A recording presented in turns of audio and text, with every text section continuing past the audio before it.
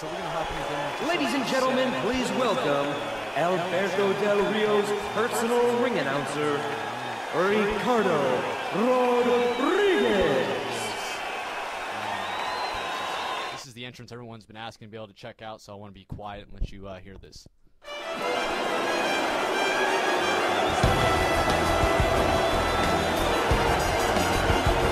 Damas y caballeros, en el camino hacia el cuadrilátero, él es el hombre que le mete el terror a los corazones de todos sus oponentes, Alberto Del Rio.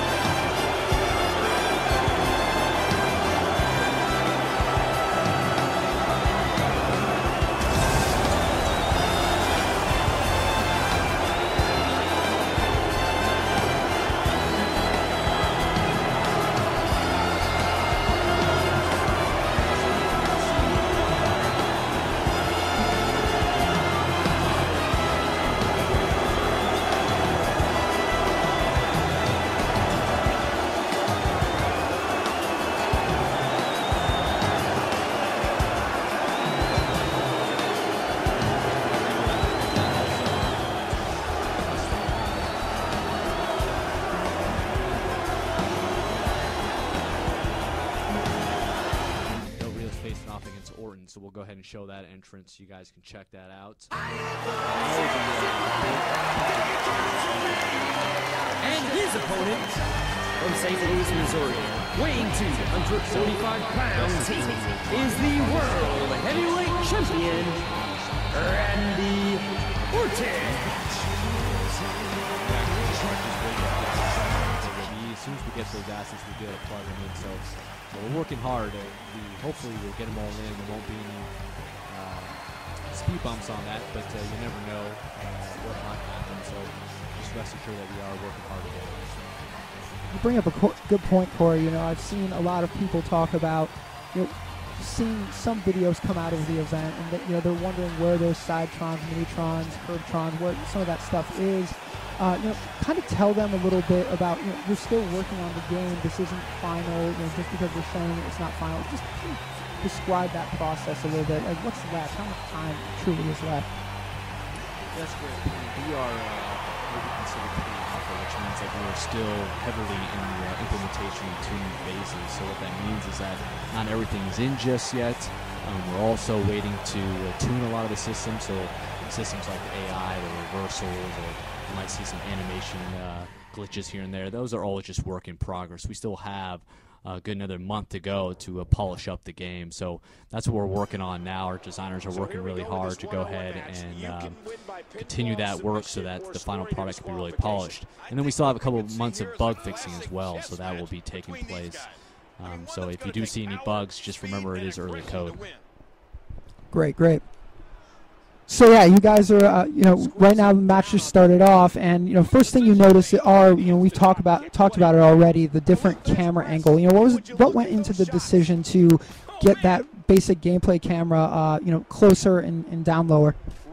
Well, it's all about authenticity. We love to see how close we can match up to what you see on WWE television. So our development team at Ukes went ahead and mapped out where they see every single camera angle happen on WWE television. We recreated all those cameras in the game, and it's something like over 20 different cameras that you see, even including the handy cam cameras, which are by the ringside that individuals hold. We had those nice little cool shaky cams for that presentation as well. So we really thought it just added this nice cool new flair to the presentation.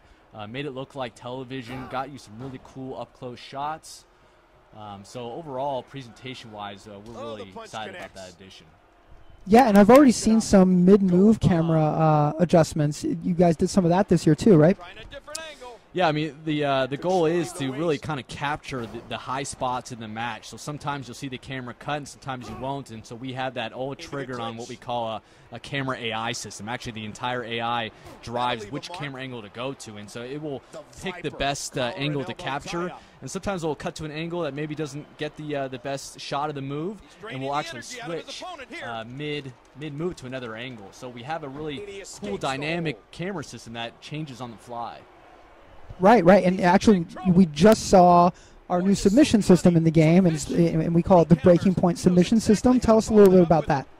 Right, so that's a brand new addition to the game. Fans have been asking for an overhaul of the submission system, so that's something we wanted to focus on quite a bit this year. So what we did is we added a brand new mini game. It's called the Breaking Point system, and you saw that little meter pop up. Basically what that is, that's kind of a back and forth tug-of-war mini game that's going on, that both you and your opponent are mashing buttons to go ahead and fill that meter up so that your opponent does hit his breaking point and will tap out. Also, what's really cool and we're excited to add this year is the ability to crawl to the ropes. So for some particular breaking point submissions, ones that make sense, obviously, maybe it's a Boston Crab, you can go ahead and start to crawl towards the ropes using the left stick while you're mashing buttons. You almost have two different options to escape from the submission. And if you reach the ropes in time before the meter fills up, the referee will call for the rope break, and you will be able to break out of that. So that's a new addition. So we do have quite a few breaking point submissions in the game. And they're mostly tied to the bigger moves that you typically see someone tap out to. So not every single submission move will have a breaking point game in it. And he's more intelligent than we made. And like I mentioned before, you can't interrupt, a third party can't interrupt the move, the breaking point submission, and break that submission, so that another person like your tag team member, whoever it is, can come up and break that. That's great. And you know, speaking of interruptible moves, you know, a lot of our Day of Reckoning fans, you know, from the previous past years, you know, they were pretty excited to hear about interruptible moves for WWE 12. Tell us a little bit about the interruptible moves this year. Yeah, that's a new capability that we have with the Predator technology in our new animation engine, where basically we can now set breakout points in the animation. And what that basically means is that any time in the animation we can choose to allow that animation to be broken up by a third party or even interrupted by yourself. So let's say I'm in the process of getting up after I just did a move. We can give you control a lot sooner than before. So you didn't have to go all the way to finish the motion when you stood up. We actually give you control a little bit earlier, so you can start walking around, you can start doing other moves, and it gives you a little bit more control and responsiveness in the animation engine. So that's a brand new capability with the technology, and something that's really going to change multiplayer matches, obviously, because of the nature of being able to interrupt all these moves. So you mentioned Predator technology. What is Predator technology? Because, you know, there was some confusion out there on, you know, we were talking about this big gameplay upgrade, you know, and we've called it Predator technology. What is Predator technology? Predator technology is the name that we've come up with for basically this large overhaul that we did in the game, which is the new animation engine as well as the new renderer, and we kind of categorize that as Predator technology as one name to kind of simplify it. And of course, you know, it's Predator because our cover athlete this year is Randy Orton, and so only fitting do we come up with a cool, intimidating name for our technology that fits Randy Orton. So that's where that kind of was born from. And it really just talks about kind of the attitude that we're going for this year, which is just kind of a you know, fierce, you know, strong, confident attitude, just because we really like what this new technology and engine brings to our game. As you saw, there was a little bug there on the screen, so those are the kind of things that we're talking about still being fixed in the game. So don't freak out if you see any of those. It's still very early. People have a Corey Set has a question about the crowd and announcers. Will they be reacting to how the wrestling match goes a little bit more? Yeah, we're working on the crowd. I wouldn't say it was a huge emphasis this year, but we did, of course, want to improve it. So we've got a bunch of new crowd chants. We're doing a lot of work to go ahead and improve their reaction to what's going on in the ring, because that's very important, obviously. And we're trying to crank up the volume overall. We thought the crowd was a little static and dead before, and so we wanted to really crank that up so it gives you that feeling that you know, you're in a big live arena and the crowd's really into it. So they'll definitely see some improvements in the crowd audio area. Right, you won. There we go. Using the breaking point submission and his patented finishing armbar.